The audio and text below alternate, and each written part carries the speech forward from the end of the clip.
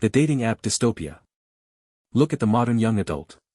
Every single night they lay in bed staring into a glowing rectangle, swiping their finger left and right in absolute silence. For thousands of years humans met through friends at community events or at the local market. It was organic and natural. Now romance is a microtransaction.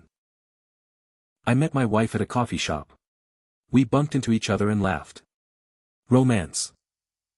I met my ex on an app. We texted for 3 weeks, hung out twice, and she ghosted me. Silicon Valley did not design these apps to help you find true love. They designed them using the exact same psychological tricks used in Las Vegas slot machines. Every swipe is a pull of the casino lever. You get a tiny hit of dopamine when you see a match screen, and then you immediately go back to swiping for more. I have been swiping for 2 hours. I don't even look at the pictures anymore. The casino. You are completely addicted to the interface, not the actual human beings. The apps create an incredibly toxic illusion, the illusion of endless choice. Why settle down with a perfectly nice person when the absolute love of your life might be one more swipe away? But the real nightmare begins with the algorithm. Your digital romantic life is controlled by a hidden ELO score, silently ranking you based on how many people swipe right on your face. Oh, you didn't buy our premium platinum elite subscription for $40 a month? Enjoy being completely invisible to the algorithm. They monetize your profound loneliness. Let us examine the average male experience. He carefully curates his profile, writes a funny bio, and swipes right 100 times a day. His phone remains absolutely silent. I got one match this week. Let me send her a polite and funny opening message. The struggle. She unmatched you immediately because your opening joke was not a cinematic masterpiece. The data is brutal.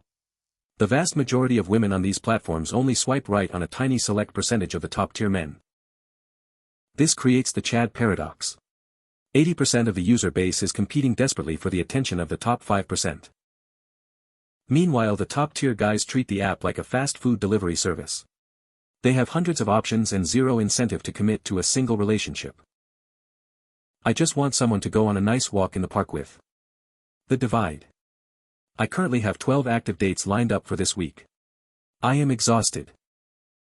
Bro, my inbox is flooded.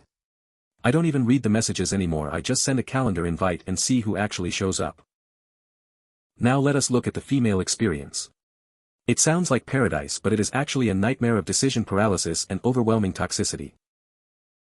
I opened the app and I have 9,000 likes. How do I even filter this? The inbox. Spoiler alert, 99% of those likes are men who swiped right without even looking at your profile. When you have thousands of options, human beings become completely disposable. You stop looking for reasons to like someone and start actively hunting for reasons to reject them. This spawned the modern culture of the ick. You can go on a great date, but if the guy breathes weirdly while drinking water, he gets instantly ghosted. We treat human beings like items in an Amazon shopping cart. If the product has a single minor flaw, we return it immediately and order a new one with next-day shipping. He was smart, funny, and paid for dinner. But he used an Android phone and wore socks that were slightly too short. Instant unmatch. And then there is the endless texting loop. You match with someone and instead of meeting in person you become digital pen pals until the conversation slowly dies of boredom. Let us grab a coffee tomorrow at 2 p.m. and actually see if we get along. Communication. No, let us text, how is your day going, back and forth for 3 weeks until we resent each other. As you scroll deeper into the app, the reality gets even darker. Half the profiles you see are not even real people. The dead internet theory has invaded your love life. The dead internet is real. Wow, this beautiful girl just messaged me. She wants to talk. The trap. She wants you to click the link in her bio and pay $20, you absolute fool. And do not forget that almost every major dating app is owned by the exact same mega corporation. They give you the illusion of leaving one app for another, but the house always wins. Tinder, Hinge, OkCupid, Match.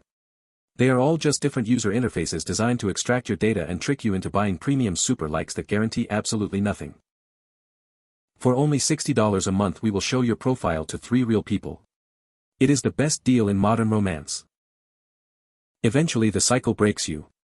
You experience the grand realization. You hold down on the app icon until it jiggles and you hit the delete button. Freedom. You promise yourself you are going to focus on your hobbies, hit the gym and meet someone organically in the real world. You are finally breaking the digital chains. But exactly 2 weeks later it is a rainy Sunday evening. You are sitting on the couch feeling a little bit lonely. The brain craves the slot machine. I should go to the bookstore or a local meetup event today. The relapse. Or I could just reinstall the app real quick. Maybe the algorithm changed this time. The infinite loop starts again.